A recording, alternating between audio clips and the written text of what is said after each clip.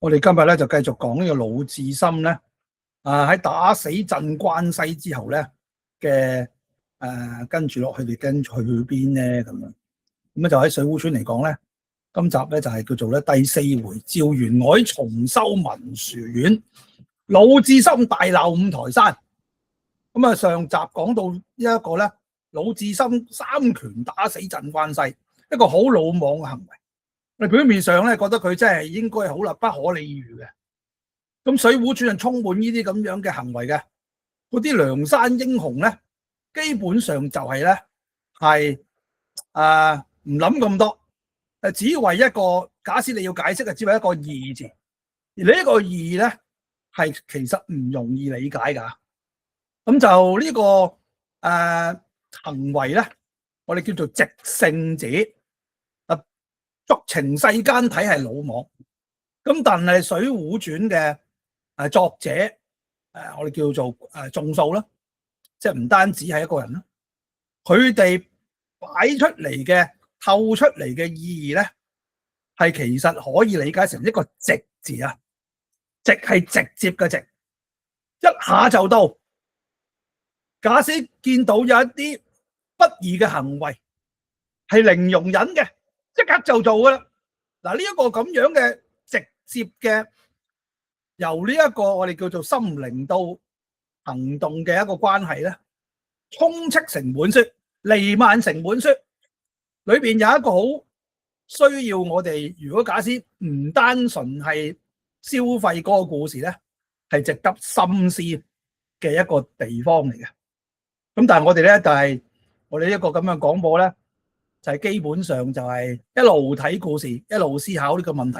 喺適當嘅時候咧，我會再講啦。咁啊，先講呢個文本。話說當下老提轄扭過身來睇時，拖扯嘅不是別人，卻是惠州酒樓上救咗佢嘅金佬。嗱，呢個咧就係咧講到上集講到魯智深咧，就終於咧由惠州行到去呢一個咧係俗州，或者我哋叫做咧去到呢一個代縣代州。咁啊就見到嘅黃榜見到呢個榜咧，就上邊咧就通緝佢嘅文告。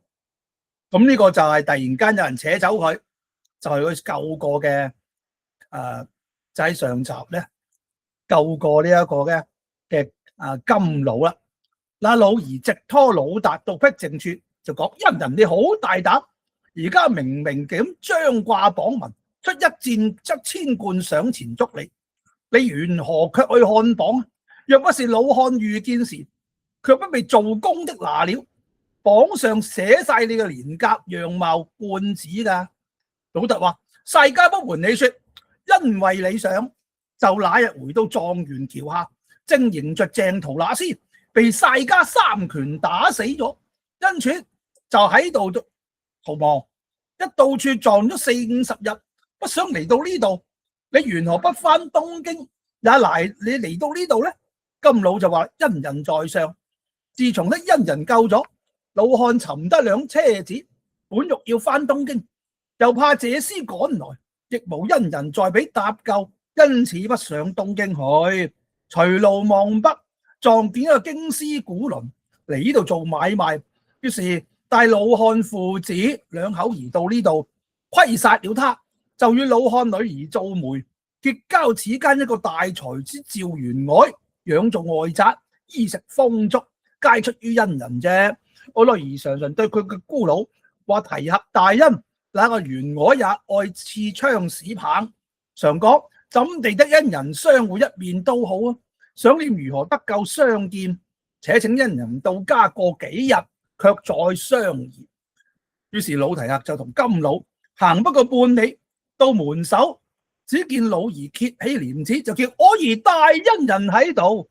那女孩兒濃妝豔飾從裏邊出嚟，請魯達居中坐下，插足也似嘅拜咗6拜，講：若非恩人垂救，怎能夠有今日啊？魯達睇那女子時，另是一般風姿，比前不同。但見於是寫咗3行咧，係描述佢點樣同以前唔同。簡單啲講咧，就係識得打扮咗，金釵斜插，掩影烏雲，香肌盛雪啊，唔好講啦。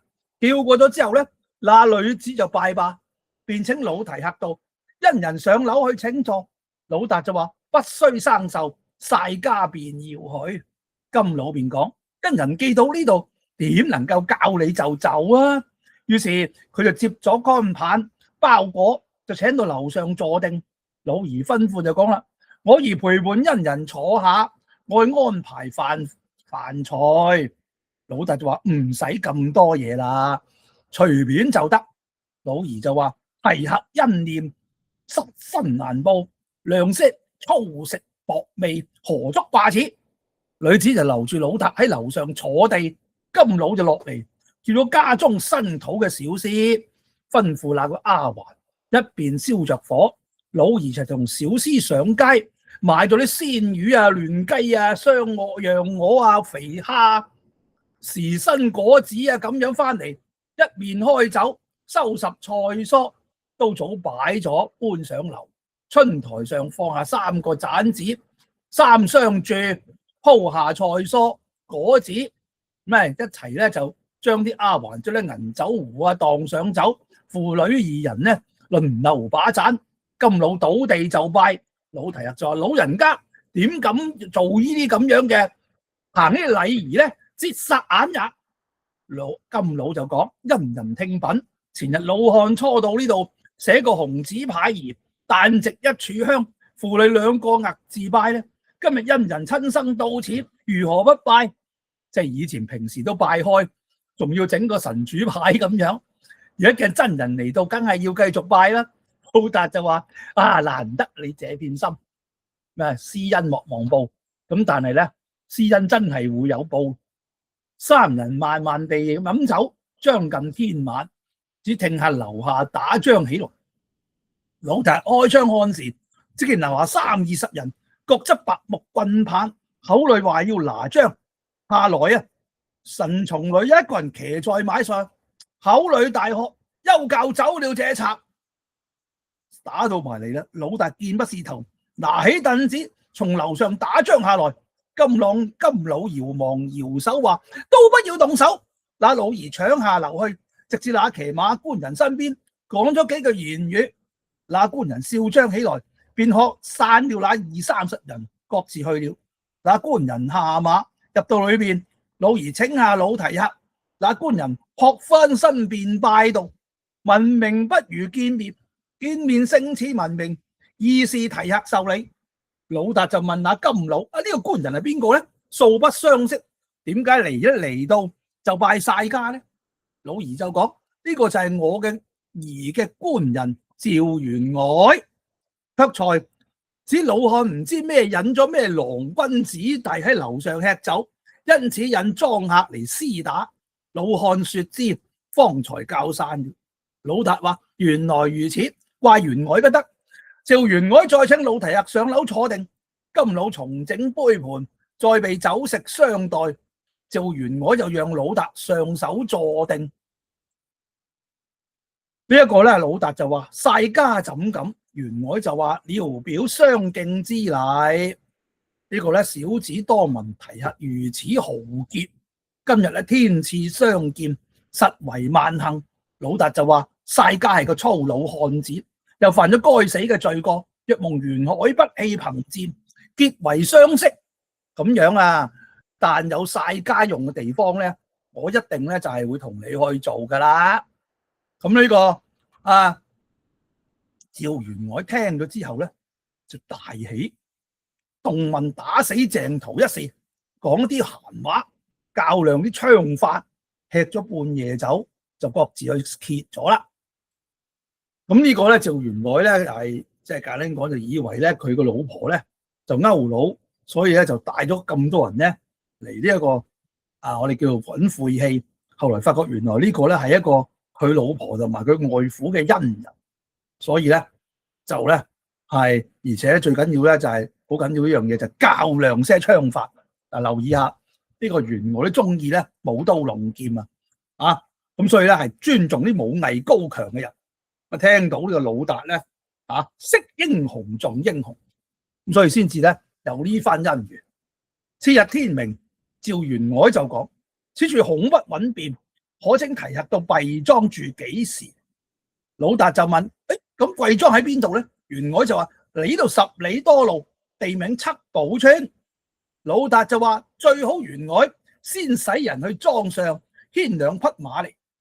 於是未及響午，馬已到來，員外就請老提客上馬，叫莊客擔咗行李。老達相持咗金老父女2人，同趙員外上咗馬，兩個並馬行程。於路說些閒話，投執七寶村嚟啦。不多時，早到莊前下馬。趙員外攜住老達嘅手，直至草堂上，分奔而坐，一面叫殺羊置酒相待。晚間收拾客房安歇，次日又俾酒食管待。老達就話：員外錯愛，世家如何報答呢？趙員外就話：四海之內皆兄弟也，如何言報答之事呢？嗱，呢啲咁樣嘅情節咧，喺之後嘅水滸傳故事咧，多的是。通常就係一個咧喺一個地方裏邊咧做嘅有錢人，佢突然間咧見到一啲咧係嚟到一啲我哋叫做武功高強嘅人士，通常係梁山英雄啦，就嚟到識咗佢之後咧，就即刻咧就係完全咧係用待以上賓之禮。嗱，呢個咧好奇怪嘅事嚟嘅，而家睇翻嚟好奇怪。睇翻我哋咧係去翻呢個北宋嘅時代，有呢個咁嘅情況。固然就頭先我提到，佢哋個個咧都中意舞刀弄棒，一個武字，另外一個字咧就係呢度講咗有個觀念叫四海之內皆兄弟。基本上陌生人咧最緊要咧你係有一種本領，有一種本事係值得尊重嘅時候，又或者你行咗啲合義之事，咁喺我哋叫做咧，去到一個陌生嘅地方，都會得到人咧係尊重同埋招待。嗱，呢個咧係我哋叫做咧，今天嚟講咧，就叫做江湖啦。江湖就係咁嘅。咁呢個江湖咧，可以理解成下開咧，所有武俠小說同埋黑社會故事嘅我哋叫做傳統。武俠同埋黑社會或者叫黑幫故事源出於邊度咧？喺中文或者中國文學嚟講咧，正正就係《水滸傳》啦。好，咁咧就指出呢點之後咧，我哋繼續聽故事。話休水飯，老達自此之後咧就喺趙員外莊上住咗5、7日啦。忽一日，兩個正在書院裏閒坐講嘢。只見金老急急奔來莊上，徑到書院裏邊，見到趙員外同老提客，見冇人就到老達講：因人唔係老漢心多，為因人前日老漢請在樓上吃酒，員外唔聽人報，引領莊客嚟鬧咗街坊。後來雖然散咗，人都有些疑心，就講開咗去。昨日有3、4個做工嘅嚟，鄰舍街坊打聽得緊，只怕要嚟村裏緝捕恩人。講有些疏失，如之奈何？老達話：咁樣嘅時候，世家就自去就得啦。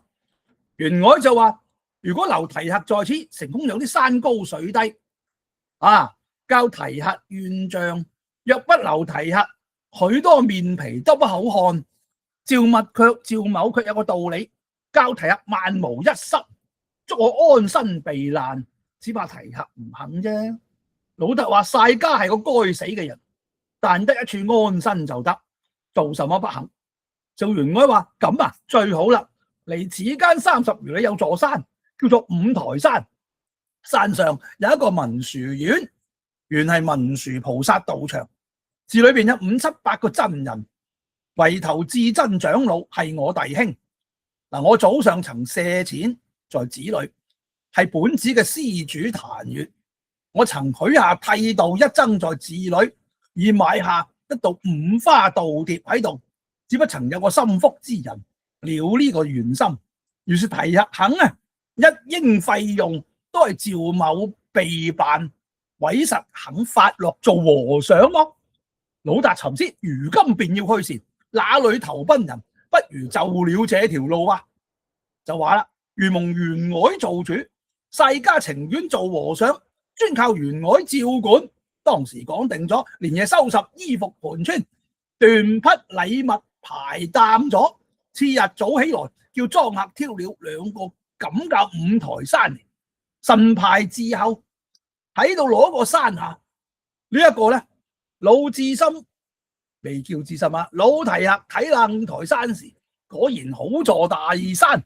但見咁咧，又寫3行咧，去講呢個形容個山勢。我哋又跳咗去。趙元凱同魯提客就成2乘轎子上山嚟，一邊使莊客前去通報。嚟到寺前，早有寺中都寺啊、監寺啊出嚟迎接。2個落咗轎，去山門外亭子上坐定。寺內至真長老聽聞，引着首座侍者出山門外嚟迎接。趙元凱同魯達向前施禮，至真長老打咗個問訊，就話施主遠來不易啊。趙元凱答道：有些小事，特來上薩相還。至真長老就問啦：且請員外方丈吃茶。趙元凱前行，魯達跟着背後看下文殊寺，果然是好座大剎。但見於是寫咗4行講呢個文殊寺。講完山講完寺之後咧，呢個當時呢個真長老就請趙元凱並魯達到方丈。長老邀元凱向客席而坐，魯達就去下手坐咗喺呢個咧禪椅上面。元凱就叫魯達附議低言：你嚟呢度出家，點解對長老坐地啊？魯達話：世家唔知道點坐。於是起身立在元凱嘅肩下，面前首座為拿侍者、監寺、都寺、知客、書記，依次排立東西兩班。莊客將轎子安頓咗，一齊搬將盒子入方丈都嚟。方丈即係方丈室啦，擺在面前。長老就話啦：何故又將禮物嚟啊？寺中好多你嘅禮物噶啦。趙元凱話：些少薄禮何足稱值，道人行同收拾去咗。趙元凱起身就話：一時啟堂求大和尚。趙某舊有一條亂心，許替一僧在上薩，道牒瓷帛都有咗啦，瓷寶都有咗，到今不曾替得。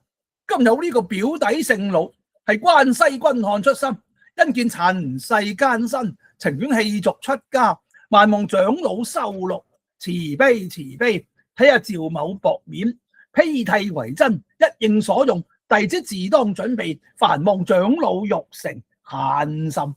長老見說，答道：這個是緣舌，光輝老僧山門，容易，且請拜茶。只見行童咧托出茶嚟，茶霸就收咗盞托啦。真長老咧便喚首座為拿商議剃度這人，吩咐監寺都寺安排齋食。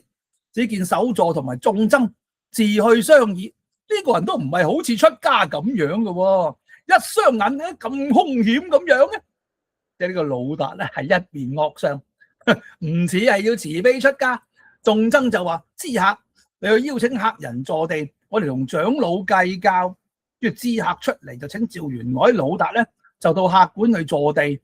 咁呢個首座眾僧就同長老講啦：唉，剛才嗰個出家嘅人形容醜惡，貌相兇頑，唔可以剃度佢嘅喎，恐防將來會累及山門。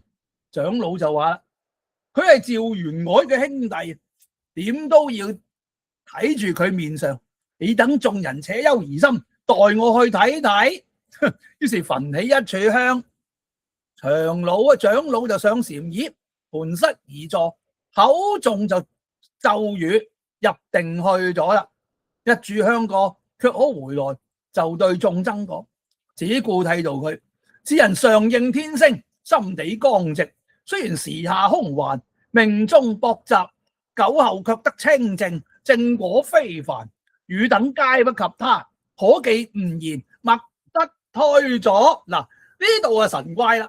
原來呢個長老咧有特異功能，或者係叫神通。你哋唔知道佢咁多啦，等我打坐去睇睇。佢就講到咧口念咒語，咁呢個咧係話係識得密宗嘅。嗱，呢度咧就係講過啦，水滸傳同佛學咧、佛法佛理啊都好有關係。喺呢一度咧係第一次咧，通過魯智深上山出家咧，去講直接去講到提到咧呢個佛教。呢個佛教裏邊咧好奇怪，呢個五台山嘅至真長老咧真係有神通，因為後來你就知噶啦，佢能夠預知未來嘅個方法就係佢打坐入定之後咧，就睇到別人睇唔到嘅嘢，就包括未來。佢咧係能夠睇到魯智深呢個人嘅因果。我哋而家咧去講呢個六神通，佛教六神通咧，呢種神通咧就叫做宿命通，即係睇到因果。咁如果我哋睇流行文化嚟講咧，就自然諗起當年杜琪峰、韋家輝嘅作品《大隻佬》，劉德華咧飾演嗰個大隻佬，佢又係睇到因果嘅。我哋佢呢個叫做了因。嗱，咁咧就呢個至真咧係收到一定咧，先至有一個因果呢個神睇到因果呢個宿命通嘅。咁就我哋跟住再睇下故事啦。於是咧就係眾首座聽佢咁講咧，就話長老只係護短，我等只得從他，不揀不是，間他不從就算啦。咁長老就叫備齋食，請趙員外等方丈回齋。齋罷，監子打咗單仗，趙員外取出銀兩，教人買板物料，一面咧喺寺裏做僧鞋、僧衣、僧帽、袈裟、拜具，嗰2日咧就已完備。長老選咗吉日良時咧，就教鳴鐘擊鼓咧，就法堂內聚集大眾，整整齊齊500-600僧人咧，盡披袈裟，就到法座下邊咧合掌咧。呢一個咧係作禮，分作2班。趙員外取出銀錠，表達咧除咗咧表禮順香向法座前拜禮咗，表白咧呢一個咧宣疏已罷咧。行同就引老達在法座下咧，維拿就教法老達除咗根織，就把頭髮分做9路，就綁起。就呢個咧，正法人先把1周都剃咗，卻代剃此胡。老達就話留咗些兒還曬家也好。眾真忍笑不住。真長老喺法座上講，大眾聽解，念道：寸草不留，6根清淨，與如剃除，免得增勁。長老念罷偈言，喝一聲，出盡皆剃去。正法人只一刀，盡皆剃了。首座呈將道牒上法座前，就請長老賜法名。長老羅拿住空頭道牒，而說偈道：靈光一點，價值千金，佛法廣大，賜名至深。長老賜名已罷，就將道牒轉章下來。書記曾咧填寫咗道牒，付與魯智深收受。長老又賜法衣袈裟，教智深穿咗。監子引上法座前，長老用手將佢摩頂受記。1要皈依佛性，2要歸奉正法，3要歸敬師友，此是3歸。5戒者：1不要殺生，2不要偷盜，3不要邪淫，4不要貪酒，5不要妄語。智深不曉得禪宗答應能否2字，就話晒家記得，眾僧都笑。受記已罷，趙員外請眾僧到雲堂裏坐下，焚香設齋供獻，大小即是僧人各有上賀禮物。刀子就引魯智深參爆咗眾兄弟姊妹，又引去呢一個僧堂背後叢林裏選佛場坐地，當夜就無事啦。從此咧，《水滸傳》就將老達就改名稱為魯智深。次日趙員外要返，告辭長老留連不住，早齋已罷，於是眾僧就送出山門。趙員外合掌就話：長老在上，眾師傅在此，凡事慈悲。小弟智深係魯莽直人，早晚禮數不周，言語無俗，誤犯清規，萬望睇下趙某個薄面書面。長老就話：元委放心，老臣自慢慢教佢念經、誦咒、辦道、參禪，日後自當報答。元委就話：人從女換至深到松樹下，低吩咐話：賢弟，你從今日難比往常，凡事自然醒戒，切不可托大。倘有不言，難以相見。保重。早晚衣服我自使人送來。至深就話：不索哥哥說，晒家都醫了。當時趙元我就相辭長老，再別了眾人上轎，引咗莊客，拖咗一乘空轎，取咗盒子，下山回家去了。當下咧，長老自引了眾僧回寺。嗱，呢一回咧係比較長，所以我就分成兩集咧，再同大家說碎。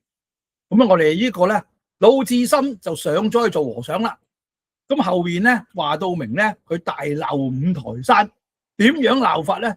其實你睇到呢度咧，你都知道咧，佢好難咧乖乖咁做和尚，根本佢都唔係六根已淨，係嘛？去到出家所有嗰啲儀式咧，都喺度咧，係其實咧係點啊？都喺度咧搞笑嘅，亦都唔明白咩係禪宗啊！呢個禪宗好奇怪，呢個智僧長老嘅禪宗咧，有些少密宗嘅味道。不過我哋唔好理佢啊！我哋咧就係再休息一集之後咧，我哋咧就再去睇下一集咧，係再睇下咧，究竟魯智深咧點樣搞出個大頭佛？我哋下集再見。